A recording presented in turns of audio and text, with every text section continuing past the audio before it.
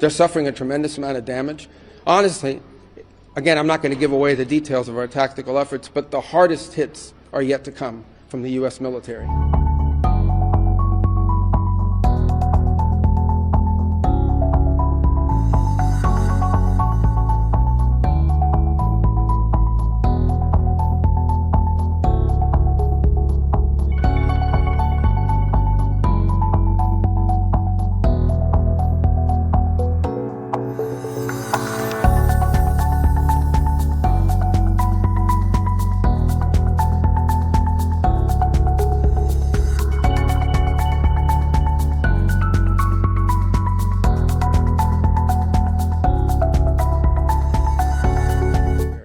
The next phase will be even more punishing on Iran than it is right now. Someone was screaming, how long will it take? I don't know how long it'll take. We have objectives. We will do this as long as it takes to achieve those objectives, and we will achieve those objectives. The world will be a safer place when we're done with this operation.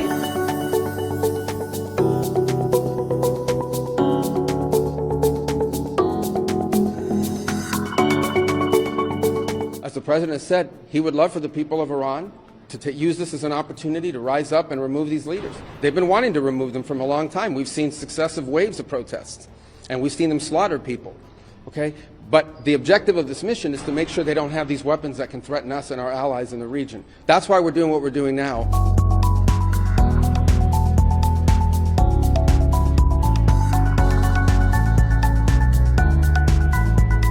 The bottom line is, no matter who governs that country a year from now, they're not going to have these ballistic missiles and they're not going to have these drones to threaten us. That's the objective of this mission, is to deny them the ability to use ballistic missiles to threaten their neighbors, to threaten our bases, to threaten our presence in the region, and ultimately as a shield behind which they can do whatever they want with their nuclear weapons ambition. We were not going to let them hide behind that, and that's why this was such a critical mission to undertake now while they were at their weakest point, and not a year from now where they could inflict even more damage and perhaps already be behind that point of immunity.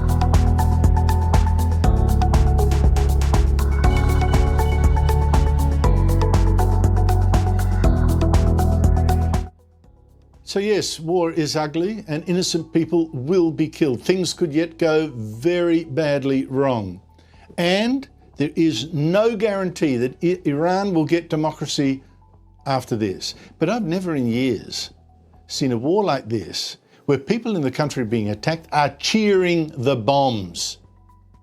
The issue is freedom. Freedom from tyranny and fear. And the news from the battlefield so far is good. No wonder freedom's enemies are weeping. To discuss this, I'm joined by a Bolt Report regular and a man who's been consulted on these war plans, General Jack Keane. He's a former Vice Chief of Staff of the United States Army and a four-star general. He's now chairman of the Institute for the Study of War. General Keane, thank you so much for your time. Thanks for fitting us in a very busy week for you. You told us more than a month ago that this attack was coming. After less than 48 hours, what has been achieved? Is it more than you expected? Well, I'm very familiar with the plans. I've seen the IDF plans, and I'm very familiar with the U.S. plans in terms of what the objectives, military objectives, are here. And I can report to you and our audience that we are exceeding expectations of a couple of things.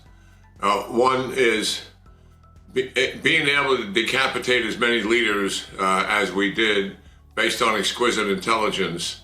As has been reported, we were able to take advantage of an opportunity that arose quite suddenly over the weekend, and that was a key meeting that many of the leaders were going to have during the daytime, and we moved up the timing of the operation. To be frank, the operation was planned to go at night.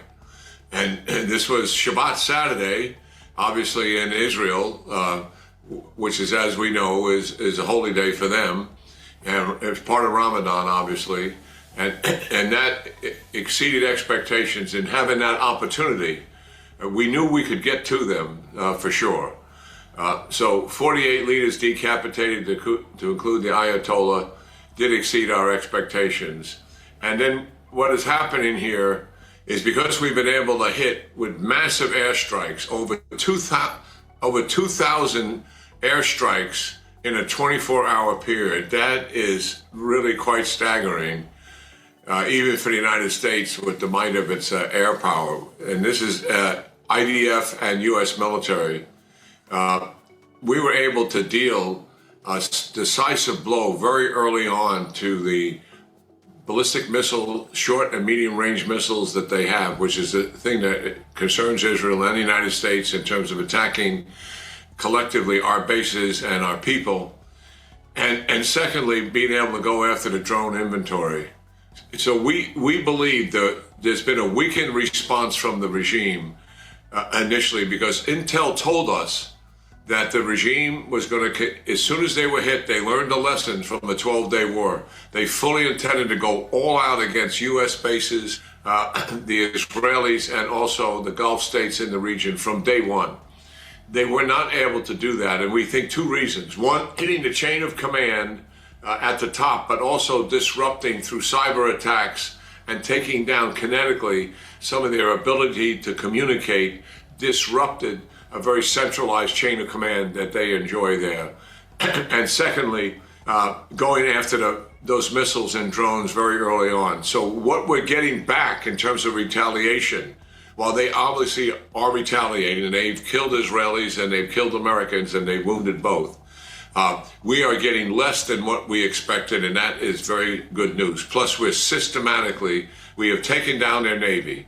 They are not going to be able to disrupt anything in the Persian Gulf, to be sure. And we are systematically, Andrew, taking down everything that sustains this regime. I mean, the legislature, the National Security Council, the agencies that support the political side of governance, and then the IRGC, military forces, and security forces, Basel militia, the police, all that prop this regime up and able to sustain it. We are systematically taking this apart deliberately, not just the leaders at the top. We don't want their ability to recover from this whatsoever. That is our intent here. And then take the arsenal of weapons that they have completely away from them. And that is what we're about. The second thing is they are at two sites trying to recover their nuclear enterprise, not the old sites, new sites. We know where they are, and we're taking them down at that. We're going to set them back and end this nuclear enterprise that they are committed to once and for all. That is our mission here, to make certain that Iran is no longer a threat, not only to their own people, but to the region as a destabilizing factor. We intend to take this regime off the board in terms of its capability. Even if some of the nationalists or ideologues stay in power, they're not going to have the kind of capability and threat that they presented to the region. And obviously the second goal, which we are about, is setting the conditions so that the regime as we know it does collapse. And we suspect, based on some intel that we're getting back through our Central Intelligence Agency and through the Mossad, that they are beginning to splinter and divisiveness is taking hold. It's not surprising when you take away that many leaders, people start to question, do I really want to be a part of it?